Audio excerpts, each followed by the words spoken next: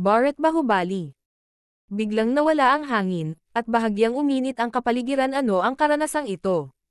Ang esmeralda na berde ng apoy, ang mga halaman, puno, at baging ay humuhungol, at narinig ang huni ng mga ibon. Kung pakikinggan mong mabuti maririnig mo ang mga huni ng mga ligaw na hayop sa di kalayuan. Bakit ako naguguluhan? Bakit nag-aalala ang isip? Malusog ang ina, masayang asawa. 4 na araw na akong naglalakbay sa estado kasama ang ministro. May 2 pang monghe na kasama namin. Nag-disguise kami bilang mga ordinaryong dumadaan. At walang makakakilala sa akin bilang isang hari. Gamaan ang loob ko nang malaman na lahat ng mga mamamayan ay masaya at payapa pagkatapos ng 4 na araw na paglalakbay. Sa maraming nayon sa maraming lungsod bukas ang pinto ng bahay kahit gabi na. Nagulat ako nang makita ko ang mukha ng ministro. Naintindihan niya ang pagkalito ko. Lord, summer na. Bukas ang pinto ng bahay para madaling dumaloy ang simoy ng hangin papasok sa bahay, at sa iba't ibang lungsod walang magnanakaw dito. Ang lahat ay natulog ng mapayapa. Huwag matakot sa sinuman. Lahat ay namumuhay ng masaya at mapayapa.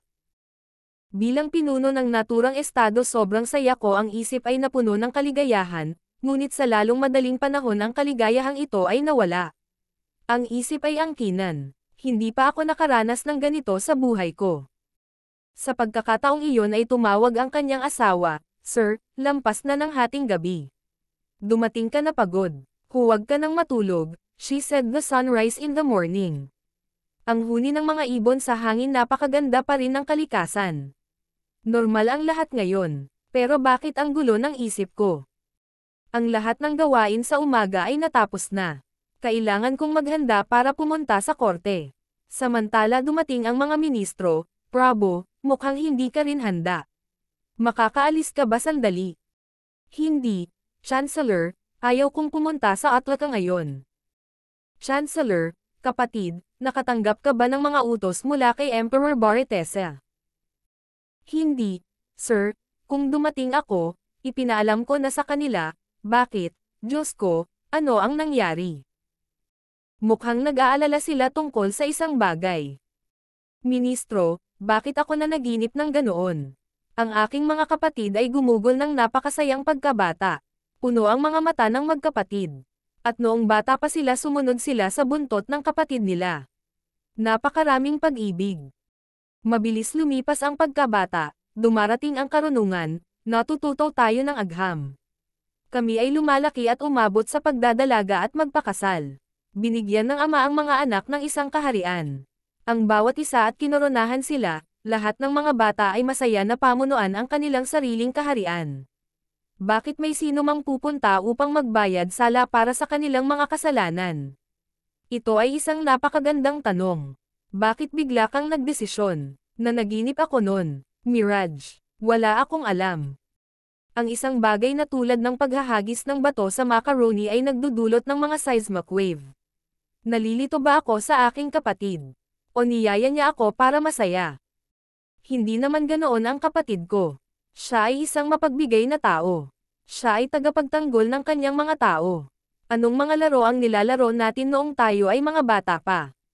Bilang karagdagan sa pag-aaral tungkol sa politika, natutunan din namin ang tungkol sa mga tradisyonal na laro sa taniman ng mangga. Lahat kaming magkakapatid ay naglalaro ng kalakal. Dati tayong tumalon mula sa dila patungo sa dila na ito. Mula sa puno hanggang sa punong ito. Sa mga oras na iyon dapat tayo ay mga unggoy. Nagigising kami noon sa Chindando, Koli Ketchoka, Kanduka at marami pang ibang laro, bagamat minsan ay nahuhulog ako at nagkakaroon ng minor injuries. Ngunit buong pagmamahal akong inaliw ni Ana na may luha sa kanyang mga mata. Natatawa pa rin ako sa tuwing naiisip ko iyon. Pumunta kami ni Baretesh para maglaro sa pool. Isa itong malawak at malinis na pool. Malakas kaming lumangoy. Agad na sinabuyan ni Ana ng tubig ang mukha ko. Bigla siyang tumalikod, nilikha muli pagsukol dahil sa pagmamadali, tumakbo sila palayo. Pinunasan ko ang mukha ni Kuya. May ngiti sa mukha ni Ana. Nagtawanan sila at nagpalakpakan at sinabing, Barret Bahubali maglaro ng isa pang laro. Ito ay isang laro ng paningin. Nagsisimula ito pareho kaming diretsyong nakatingin sa isa't isa.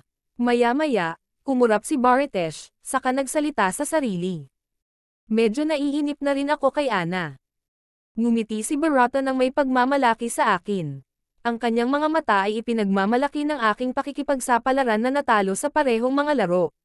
Masaya sila sa pagkapanalo ko. Pero talo ang panganay na kapatid. Kailangan nila siyang manalo kahit isang laro. Ang ikatlong laro ay napagdesisyonan nila at ang isipan ng blonde na si Baritesh ay nagningning ng maliwanag. Ang itim kong balat ay kumikinang na parang esmeralda. Nagpatuloy ang laro sa sandaling iyon, tumigil ang pag-iyak ng mga magulang ni Ana Baritesh.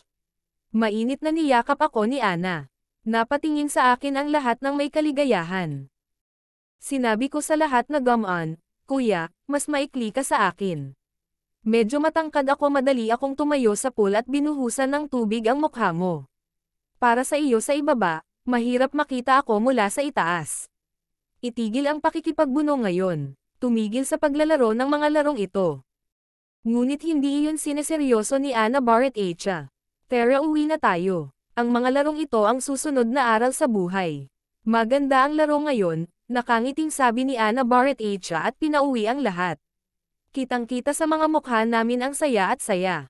Ang kaligayahan mula noon ay dumadaloy hanggang ngayon. Ang lahat ng mga kaganapang ito noong bata pa ako ay labis na nabalisa sa akin.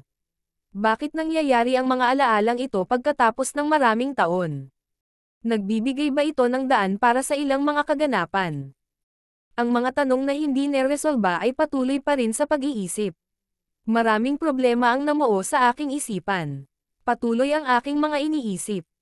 Samantala dumating ang ministro. Pagpupugay kay Lord Bahubali, dumating na ang utos mula kay Emperor Baritesh. Nasira ang panaginip ko at nagising ako.